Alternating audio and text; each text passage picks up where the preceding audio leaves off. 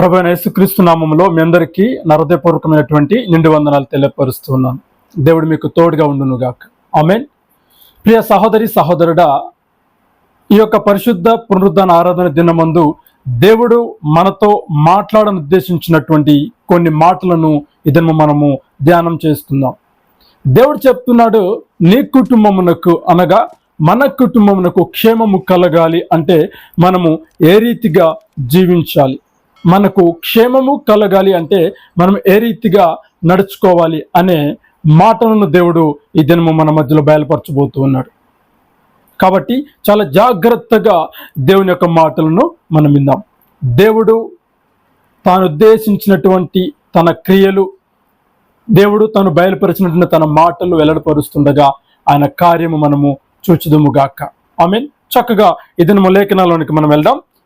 మనం చూసినట్లయితే 1వ సమూయేలు 12వ అధ్యాయము 14వ వచనాన్ని మనం చదువుకుందాం. మీరు యెహోవా యందు భయభక్తులు కలిగి ఆయన మాటను విని ఆయనను సేవించి ఆయన యొక్క ఆజ్ఞను భంగము చేయక మీరును మిమ్మల్ని ఏలు రాజును మీ దేవుడునైన యెహోవాను అనుసరించిన ఎడల మీకు క్షేమము కలుగును. ఆమేన్.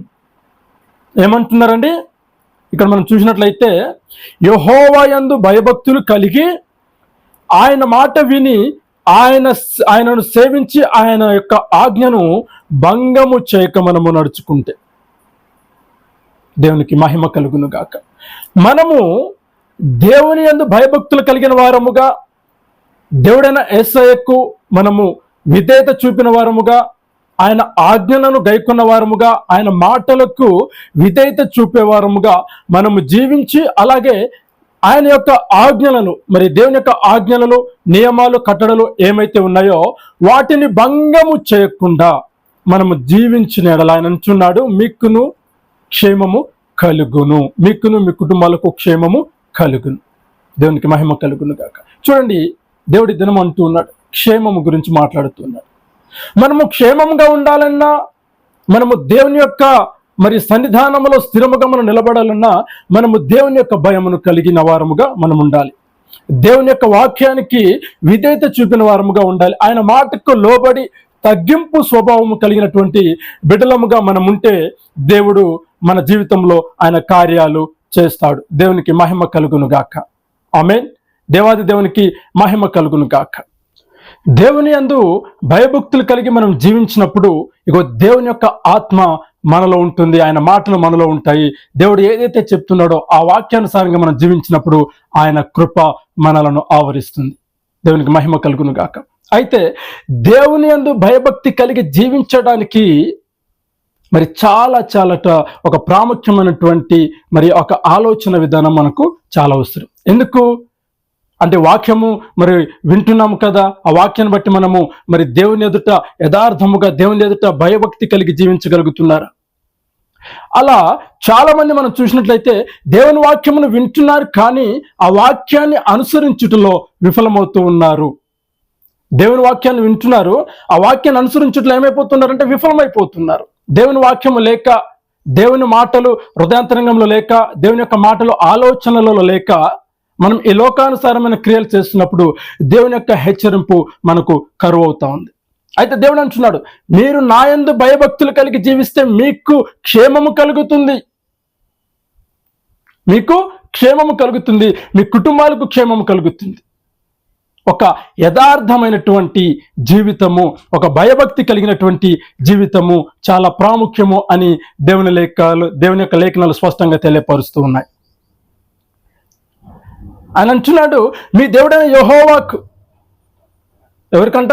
మన దేవుడైనటువంటి యెహోవాకు, మన రక్షకుడైనటువంటి దేవునికి, మన కొరకు మరి తన ప్రాణమును పెట్టినటువంటి దేవుని యందు మనం భయభక్తి కలిగి జీవించాలి, మనము విధేయత చూపాలి, ఆయన మాటకు లోబడిన వారముగా మనం ఉండాలి. అలాగున మనం జీవించినట్లయితే మన జీవితాలలో నెమ్మది కలుగుతుంది, మన కుటుంబాలలో క్షేమము కలుగుతుంది. మన కుటుంబాలు క్షేమంగా ఉంటాయి, దేవుని యొక్క మరి సన్నిధానంలో అవి ఆశీర్వదించబడినవాగా ఉంటాయి. అయితే ఆయన యందు భయభక్తి కలిగి జీవించుట యందు విఫలమవుతూ ఉన్నారు. ఎందుకు అయ్యా అంటే వాక్యము హృదయాంతరంగంలో లేకపోవటం. దేవుని యొక్క మాటలు హృదయాంతరంగంలో లేకపోవటం, దేవుని యొక్క వినికిడి హృదయాంతరంగంలో లేకపోవటం, ఆయన ఆలోచన జ్ఞానం మనలో లేకపోవటం. అందువలనే చాలామంది దేవునికి దూరం అవుతున్నారు, ఆయన వాక్యానికి దూరం అవుతూ ఉన్నారు. అంటే విని వాక్యము విన్నప్పటికీ ఆ వాక్యం ఏం చేస్తున్నారంటే విని వదిలేస్తున్నారు, ఆ వాక్యాన్ని అనుసరించి నడుచుకోవట్లేదు. ఎందుకంటే ఆయన చెప్పాడు, ఆయన కొన్ని ఆజ్ఞలు ఇచ్చాడు. ఆ ఆజ్ఞలు కనుక మనం గైకొని పాటించినప్పుడు ఖచ్చితంగా ఆయన మన జీవితాలలో కార్యాలు చేస్తాడు, మన కుటుంబాలలో కార్యాలు చేస్తాడు. దేవునికి మహిమ కలుగును గాక. చూడండి, మనం ఒక లేఖన భాగాన్ని మనం చూసినట్లయితే యెషయా గ్రంథము 1వ అధ్యాయము 19వ వచనాన్ని మనం చదువుకుందాం. మీరు సమ్మతించి నా మాట వినిన ఎడల మీరు భూమి యొక్క మంచి పదార్థములను అనుభవింతురు. హల్లెలూయా. చూడండి, దేవుడు అంటున్నాడు, మీరు సమ్మతించి నా మాటను వినిన ఎడల. ఎవరి మాట? దేవుని యొక్క మాటను మనము వినిన ఎడల, ఆయన మాటను అంగీకరించిన ఎడల ఆయన అంటున్నాడు, భూమి యొక్క మంచి పదార్థములను మీరు అనుభవిస్తారు. భూమి యొక్క మంచి పదార్థములు అంటే చూడండి, మనం చూసినట్లయితే ఒక విత్తనమును మనం నేలలో నాటినప్పుడు ఆ విత్తనము నేలలో ఫలించి మొలకెత్తి ఫలాభివృద్ధి పొందినప్పుడు దాని యొక్క ఫలములను మనము అనుభవిస్తాం. అంతే కదండి. ఒక విత్తనాన్ని తీసుకొచ్చి నేలలో ఉంచినప్పుడు ఆ విత్తనము ఫలించి ఫలాభివృద్ధి చెంది మొక్కై మరి ఫలాభివృద్ధి చెందినప్పుడు ఆ యొక్క పదార్థములను మనము అనుభవిస్తాం. అంతేకాని మరి గింజలు విత్తనమే వేయకుండా, మొలకే రాకుండా, ఫలములు వేయకుండా మనము ఆ పదార్థాలు అనుభవించలేం. మీకు అర్థమవుతుందండి? అంటే ఒక గింజను మనం నేలలో నాటినప్పుడు ఆ గింజ మంచిదైతే ఫలిస్తుంది. ఒకవేళ ఆ గింజ మరి మంచిది కానప్పుడు, అంటే నాణ్యమైనది కానప్పుడు, అది ఆ నేలలో ఏమైపోతుందంటే నశించిపోతుంది. ఆ గింజ మొలకెత్తే అవకాశం ఉండదు. అయితే నేలలో నాటబడినదై మంచి విత్తనము అయితే అదేమవుతుందంటే ఫలించి ఫలాభివృద్ధి చెందుతుంది. ఆ ఫలములను మనము అనుభవిస్తాం. అలాగే నీవైనా నేనైనా దేవుడు చెప్తున్నాడు, ఈ దినము మంచి ఫలములను నువ్వు అనుభవించాలంటే నువ్వు ఆయన సన్నిధానంలో నాటబడినటువంటి ఒక మంచి విత్తనముగా నీవు ఉండాలి. దేవునికి మహిమ కలుగును గాక. అర్థమవుతుందండి? మనము దేవునిలో మంచి పదార్థంలో మనం అనుభవించాలన్నా, అంటే మన కుటుంబము క్షేమంగా ఉండాలన్నా, మన కుటుంబము మరి దేవుని సన్నిధానంలో ఆశీర్వదించబడాలన్నా, మన వ్యక్తిగత జీవితాలు ఆశీర్వదించబడాలన్నా మనం ఎలాగనుండాలంట? మంచి విత్తనముగా, ఫలించడి విత్తనముగా, అంటే ఆయన సన్నిధానంలో నాటబడిన వారముగా, ఫలాభివృద్ధి పొందిన వారముగా, ఆయన చేతిలో వాడబడే పాత్రలముగా, ఆయన సన్నిధానంలో ఫలించినటువంటి తీగలముగా మనము ఉండాలి. ఆ రీతిగా ఉన్నప్పుడు నీవైనా నేనైనా సరే ఆశీర్వదించబడతాం. మన కుటుంబాలలో క్షేమం ఉంటుంది. దేవునికి మహిమ కలుగును గాక. ఈ రోజులో నాటబడినటువంటి మంచి విత్తనముగా ఎంతమంది ఉంటూ ఉన్నారు? మనం బైబిల్ లేఖనాలు చూసినట్టయితే కొన్ని మాటలు రాయబడి ఉంటాయి. దారి వెంబడి పట్టినటువంటి విత్తనాలు, ముళ్ళ పొదలో పడినటువంటి విత్తనాలు, మరి రాతి మీద పడినటువంటి విత్తనాలు, మంచి నేలన పడినటువంటి విత్తనాల గురించి మనం చదువుకుంటాం. రాతి నేలన పడిన విత్తనము అది మొలకెత్తుతుంది, కానీ ఆ వేర్లు రాతికి తగడం వలన ఆ రాతిలోనికి అవి పోలేక బండ హీట్కి అది ఏమవుతుంది, చెట్టు ఎండిపోతుంది. ముళ్ళ పొదలలో పడ్డ విత్తనం ఏమవుతుంది? మొలకెస్తుంది, కానీ ఆ పొద దాన్ని ఎదగలేదు, అలాగనే ముళ్ళ పొదలోనే కూరుకుపోతుంది. రోడ్డు వెంబడి పడిన విత్తనాలు ఏమవుతాయంటే మరి రోడ్డు వెంబడి వెళ్ళేటువంటి మరి పక్షులు కావచ్చు, రకరకాలు అవి వాటిని ఏం చేస్తున్నాయి? ఎత్తుకుపోతున్నాయి. మంచి నేలన పడిన విత్తనం ఏమవుతుందంటే ఫలించి ఫలాభివృద్ధి చెందుతుంది. దేవునికి మహిమ కలుగును గాక. అయితే నువ్వు నేలన పడిన మంచి విత్తనముగా ఉన్నావా? బండ మీద పడిన విత్తనముగా ఉన్నావా? మరి బాట వెంబడి పడిన విత్తనముగా ఉన్నావా? లేక ముళ్ళ పొదలలో పడినటువంటి విత్తనముగా నువ్వు ఉన్నావా? నీ ఆత్మీయ జీవితం ఎలా ఉంటుంది? ఒకసారి మనల్ని మనముగా పరీక్షించుకున్నట్లయితే ఈ వాక్యము స్పష్టంగా తెలియపరుస్తోంది. ఇక మనము మంచి నేలన పడినటువంటి విత్తనముగా ఉండాలి అని. దేవునికి మహిమ కలుగును గాక. ఎప్పుడైతే నువ్వు ఆ రీతిగా ఉంటావో, దేవుని సన్నిధానంలో నాటబడిన వాడుగా, దేవుని వాక్యానుసారంగా జీవించిన వాడుగా, దేవుని యొక్క సన్నిధానంలో భయభక్తి కలిగి జీవించినటువంటి వ్యక్తిగా నువ్వు ఎప్పుడుంటావో అప్పుడు దేవుడు నిన్ను ఆశీర్వదిస్తాడు, ఆయన మహిమను చూపిస్తాడు, నీకు నీ కుటుంబంలో క్షేమమును కలుగచేస్తాడు. అర్థమవుతుందండి? అంటే మన కుటుంబానికి మనకు క్షేమము కలగాలంటే మనము భయభక్తి కలిగినటువంటి జీవితము మనము దేవుని యొక్క సన్నిధానంలో మనం గడపాలి. ఒక యథార్థమైన జీవితాన్ని గడపాలి. అంతేగాని ఈ లోకానుసారమైనటువంటి ప్రయాణంలో పరుగులెడుతూ ఈ లోకానుసారమైనటువంటి క్రియలు చేస్తూ దేవా నాకు క్షేమము కలగచేయంటే మనము అడగటం కూడా అది సరైన విధానము కాదు. నువ్వు ఎప్పుడు అంటే నీవు దేవునికి ఇష్టమైనటువంటి కార్యములు చేసి మనము దేవుని శోధించవచ్చు. అర్థమవుతుందండి? మనము దేవునికి ఇష్టమైనటువంటి కార్యములు చేసి మనము ఆయనను శోధించవచ్చు. అంతేకాని దేవునికి వ్యతిరేకమైనటువంటి కార్యములు చేస్తూ దేవునికి వ్యతిరేకమైనటువంటి క్రియలు చేస్తూ ఒక భయభక్తి లేని జీవితాన్ని మనం జీవిస్తున్నప్పుడు మరి దేవుని కృప మనకు దూరం అవుతూ ఉంటుంది. మనము ఈ లోకానుసారమైనటువంటి క్రియలలో ఉంటాం. అనగా ఇగో బాట మీద పడినటువంటి విత్తనములుగా మన జీవితమును మరి ఆ గందరగోళంగా ఉంటుంది. ఏదో చెత్తకపోతుందో తెలియనటువంటి పరిస్థితి. అలాగే రాతి మీద పడినటువంటి విత్తనములుగా మన జీవితం ఉంటే మొలకెత్తుతాము కానీ ఎదుగుదల ఉండదు. ఆ తర్వాత ఆ వేర్లు మాడిపోయి చెట్టు నశించిపోయినట్టుగా మన ఆత్మీయ జీవితం నశించిపోతుంది. అర్థమవుతుందండి? మన ఆత్మీయ జీవితం ఎలా ఉండాలంటే ఒక మంచి నెలన పడినటువంటి విత్తనముగా మన ఆత్మీయ జీవితం ఉండాలి. ఆయన సన్నిధానంలో నాటబడిన విత్తనముగా మన ఆత్మీయ జీవితం ఉండాలి. ఆయన సన్నిధానంలో మొలకెత్తినటువంటి అనుభవం మనకు ఉండాలి. ఆయన సన్నిధానంలో చిగురించినటువంటి అనుభవం ఉండాలి. ఆయన సన్నిధానంలో ఫలించి ఫలాభివృద్ధి పొందినటువంటి అనుభవము మనకు ఉండాలి. అప్పుడే మన కుటుంబానికి క్షేమము కలుగుతుంది. ఆమేన్. దేవునికి మహిమ కలుగును గాక. ఏ మంచి అయినా సరే మనం అనుభవించాలంటే మనం ఎలా ఉండాలంటే దేవునికి లోబడిన వారముగా మనం ఉండాలి. దేవుని క్రియలు మనలో ఉండాలి. మన క్రియలు ఆయన ఎరగాలి. మన క్రియలు ఆయన మెచ్చుకోవాలి. మన క్రియలు దేవునికి ఇంపైనదిగా ఉండాలి. హల్లెలూయా. ఎప్పుడైతే మనము దేవునికి ఇంపైన సువాసనగా ఉంటామో, ఎప్పుడైతే మనము ఇంపైనటువంటి ఆ సువాసనగా మనం మారుతామో, ఎప్పుడైతే మనం దేవునికి ఒక ఇంపైనటువంటి సుగంధముగా మనం ఉంటామో, దేవుడు అప్పుడు మన జీవితాలలో మేలులు చేస్తాడు. దేవుడు అప్పుడు మన జీవితాలలో కార్యాలు చేస్తాడు. హల్లెలూయా. దేవునికి మహిమ కలుగును గాక. మనము ఇంకొక మాటను చదువుకుందామండి. అదే యెషయా గ్రంథము 55వ అధ్యాయము 10వ వచనంలో ఒక మాట రాయబడి ఉంటుంది. వర్షమును హిమమును ఆకాశము నుండి వచ్చి అక్కడికి ఎలాగూ మరలా భూమిని తడిపి విత్తువానికి విత్తనమును భుజించువానికి ఆహారమును కలుగుటికై అది చిగిర్చి వర్ధిల్లినట్లు చేయునో అలాగే నా నోట నుండి వచనములు ఆ రీతిగా ఉండును. దేవునికి మహిమ కలుగును గాక. దేవుడు అంటున్నాడు, వర్షము హిమము ఆకాశము నుండి ఈ నేలకు వచ్చి మరల వెనక్కి వెళ్లకుండా ఈ నేలను తడిపి ఆ నేలలో ఉన్నటువంటి విత్తనములను ఫలింపచేసి చిగురించి అది భుజించడానికి ఆహారమును ఎలాగును ఇస్తాయో అలాగే దేవుని నోట నుండి వచ్చే మాటలు కూడా ఆ రీతిగానే ఉంటాయని లేఖనాలు స్పష్టంగా బయలుపరుస్తుంది. అంటే ఇక్కడ అర్థం ఏమిటంటే వర్షము ఆకాశం నుండి కిందికి దిగొచ్చి అలాగను వచ్చి అలాగో నేల మీద అలాగూ పడి మరల వెంటనే ఆవిరైపోయి పైకి వెళ్ళిపోయింది అనుకోండి, ఏమన్నా ప్రయోజనం ఉంటుందా? వర్షం పడటం వల్ల ఆకాశం నుండి వర్షం భూమి మీదకి వస్తుంది. భూమి మీద పడ్డ నీళ్ళన్నీ కూడా వెంటనే మరలా ఆవిరై పైకి వెళ్ళిపోయాను అనుకోండి, ఏదన్నా మరి రైతులకు కానీ అసలు ఏదైనా భూమికి ఏదైనా ఏదైనా వర్షం వల్ల ఏదైనా ప్రయోజనము మరి భూమికి ఉంటుందా? వర్షం కోసం ఎదురు చూసినటువంటి రైతులకు ఏమన్నా ప్రయోజనం ఉంటుందా?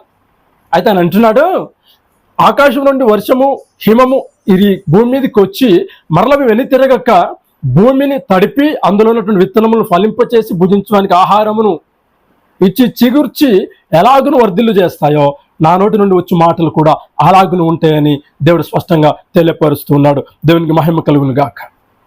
ఆయన నోటి నుండి వచ్చే వచనము ఇగో అలాగునుంటుంది.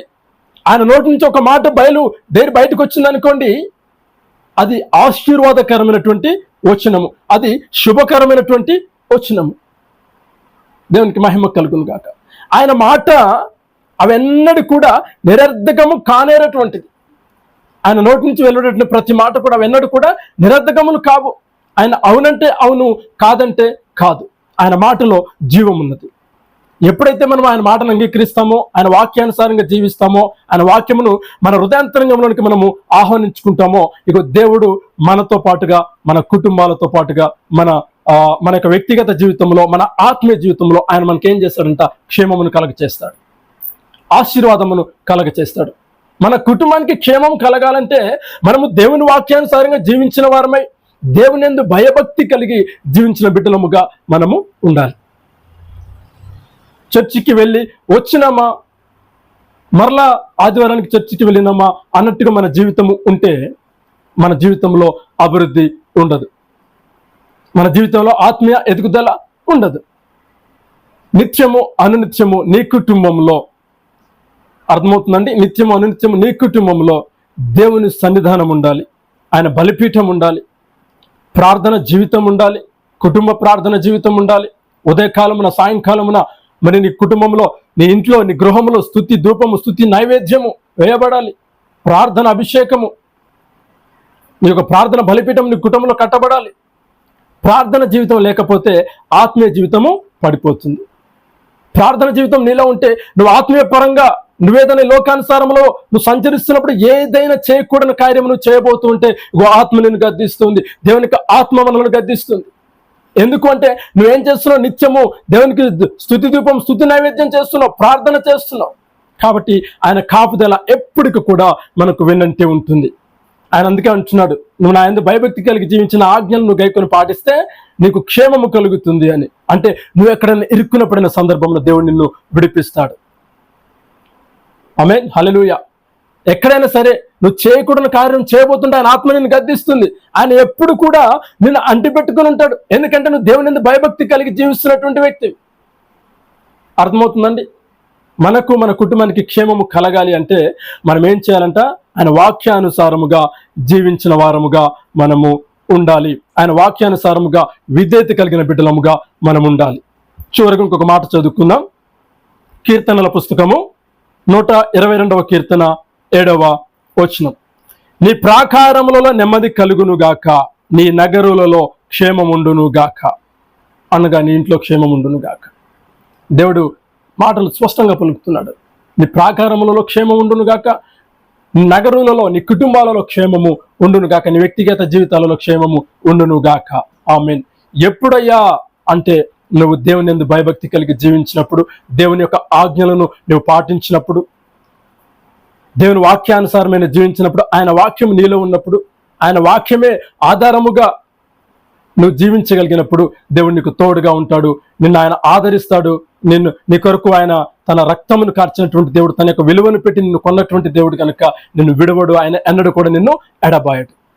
ఆయన నిత్యము అనిత్యము నిన్ను అంటిపెట్టుకొని ఆయన ఉండాలి అంటే నీ ఆత్మీయ జీవితము ఆయనలో ఎదిగినదే, ఫలించినదే, ఫలాభివృద్ధి చెందినదే ఉండాలి. అంటే నువ్వు ఆయన సన్నిధానంలో నాటబడినటువంటి మంచి విత్తనముగా నీవు ఉండాలి. దేవునికి మహిమ కలుగునుగాక, దేవాది దేవునికి మహిమ కలుగునుగాక. అలాగున మనం ఉన్నప్పుడు ఆయన కృప, ఆయన కటాక్షము మన మీద, మన ఎడల, మన కుటుంబాల మీద ఎల్ల వేళలా ఉంటుంది. ఆమేన్. అలాగున జీవిస్తారని, దేవుని భయభక్తి కలిగి జీవిస్తారని, దేవుని యొక్క వాక్యానుసారమైనటువంటి మరి ఆయన వాక్యాన్ని అనుసరించి నడుచుకుంటారని నేను మనస్ఫూర్తిగా మన ప్రభువైన యేసుక్రీస్తు నామమున నేను కోరుకుంటున్నాను. మీ అందరికీ మనం చేస్తున్నాను. ఈ వాక్యమును మరలా మీరు స్మరించుకోనండి. ఈ వాక్యానుసారమైనటువంటి జీవితాన్ని అనుభవించుటకు, ఆ జీవితాన్ని గడుపుటకు, ఆ జీవితంలో ప్రయాణించుటకు దేవుని సన్నిధానంలో మంచి విత్తనములుగా నాటబడే వారముగా, మరి నాటబడే వాళ్ళుగా ఉండుటకు మరి మీ యొక్క జీవితాలను, మీ యొక్క ఆత్మలను మరి సిద్ధపరచుకొని సరి చేసుకోనండి.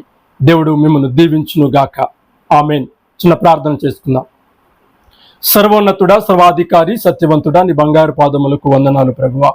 ఈ దినము మీరు మాట్లాడిన లేఖనములను బట్టి నీకు వందనాలు అయా. మా కుటుంబాలలో, మా జీవితాలలో క్షేమం ఉండాలంటే నా యందు భయభక్తి కలిగి జీవించమని అన్నారు అయా. నేను భయభక్తి కలిగి జీవించినలా మా కుటుంబాలకు క్షేమము నాయన, నీ ఆజ్ఞలు గైకొనేలా మాకు క్షేమము నాయన. నీకు స్తోత్రుడా. ఇంక నీ లేఖనాలు సెలవిస్తున్నాయి, మంచి పదార్థములుగా అంటే ఒక నాటబడిన మంచి విత్తనములుగా ఫలాభివృద్ధి చెందాలని లేఖనాలు సెలవిస్తుంది. అవును తండ్రి అయా. మరి దినం ఈ మాటలు వింటున్న ప్రతి బిడ్డ కూడా నా తండ్రి నీ సన్నిధానంలో నాటబడిన మరి విత్తనములుగా, వారు ఫలించని విత్తనములుగా ఉండటకు సహాయం చేయించండి. వారిని, వారి కుటుంబాలను దీవించి ఆశీర్వదించి మీరు మహిమను పొందమని యేసయ్య అతి పరిశుద్ధ నామమున అడిగి ప్రార్థన చేస్తున్నాను తండ్రి. ఆమేన్, ఆమేన్, ఆమేన్. దేవుడు మీకు తోడైండును గాక. God bless you all. చిన్న ప్రకటన అండి. మరి ప్రతి శుక్రవారము ప్రతి మంగళవారము స్తుతి నైవేద్యార్థన కొడికలు లైవ్లో జరుగుతూ ఉన్నాయి. మీరు లైవ్లో పార్టిసిపేట్ చేయండి, పాలు పంపులు పొందండి. అలాగే ఆ లైవ్ అనేకులకు షేర్ చేయండి. ఆ లైవ్లో అనేక అంశముల కొరకు ప్రార్థనలు చేయబడుతూ ఉన్నాయి. ఎవరికైనా ఏదైనా అవసరత ఉన్నా, అక్కరున్నా మీరు ఆ లైవ్లో మరి పాలు పంపులు పొందండి. మీ అవసరం ఏంటో మాకు తెలియపరచండి. మేము లైవ్లోనే మీ కొరకు ప్రార్థన చేస్తాం. దేవుడు మీకు మీ కుటుంబాలకు తోడేయును గాక. God bless you all. నందు ప్రియులకు నా యొక్క హృదయపూర్వకమైనటువంటి నిండు వందనాలు. ఈ వీడియో చూస్తున్న ప్రతి ఒక్కరూ కూడా ఈ యొక్క ఛానల్ను లైక్ చేయండి, అలాగే ప్రతి ఒక్కరికి షేర్ చేయండి. తర్వాత ఈ ఛానల్ తప్పకుండా సబ్స్క్రైబ్ చేసుకోండి. దేవుడు మీకు తోడైండును గాక. God bless you all.